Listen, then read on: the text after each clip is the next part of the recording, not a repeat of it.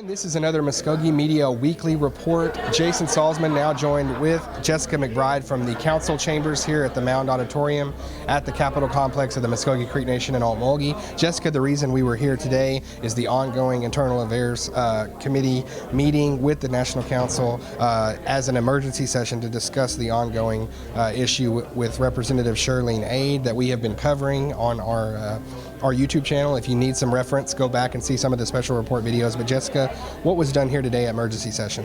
Well, what I can gather from the emergency session is that Representative Dodie Barnett filed a complaint against Representative Aide concerning some threatening remarks. After that, the council has moved to reprimand her by giving a letter from the speaker, also a $1,000 fine.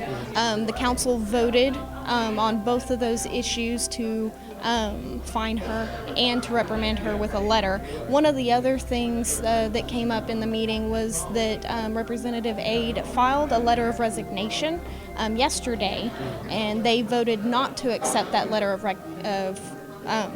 resignation. Resignation, yes. The reason for that is the council felt that if they accepted the letter of resignation, that she would still be compensated, or they wouldn't be able to levy the fine out of her compensation. Actually, a couple of things happening. The council actually increases the fine from $500 to $1,000. Really, a lot of them, though, today talked about accountability. They really wanted this to be a punishment. Right. They said that, from the beginning of the session, they wanted this session to be about accountability. Some of the things that were brought up was that Representative Aide had not attended very many meetings here in the last several months, and so they wanted this to be a punishment and not a way out of punishment. And all these votes, we wanted to pass along that all these votes were 9-0. So the council in agreement here, all unanimous.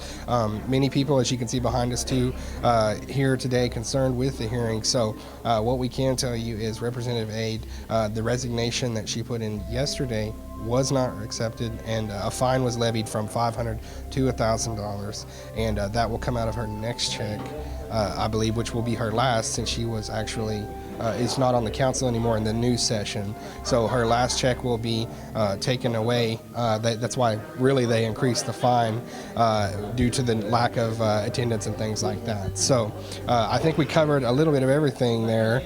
That's just another ongoing piece of our investigation and our reporting of this story. So I think this pretty much puts a bow on it, you could say. But the council did talk about the fact that this is just a piece. They want to pursue other things and make sure that this doesn't happen again by doing things such as this, not just letting it slide and just accepting a resignation letter. They seem to be pursuing actual accountability. Right. Representative Coachman, one of the things that he said was that when the housing allegations came out, he didn't want this to just be one person that's being punished. Mm-hmm. He wanted this to be, the entire problem to be corrected. Right. And also, not to steal anything away from this, but there was one other order of business in today's emergency session. Ryle Schools asking for a $100,000 appropriation because the State Department of Education actually, the impact aid, I believe is what it was, that was denied to Ryle Schools, which would in effect close the doors of that school. So it's a very important school for Muskogee Creek Nation. Lots of our Creek students go there, so something very important here. There were questions raised. Representative Beaver had some questions about what the aid does, things like that. The Ryle School Superintendent was in attendance to answer some of those questions, and I believe even Ryle, if they end up getting the impact aid later in the year, has agreed to pay back the nation.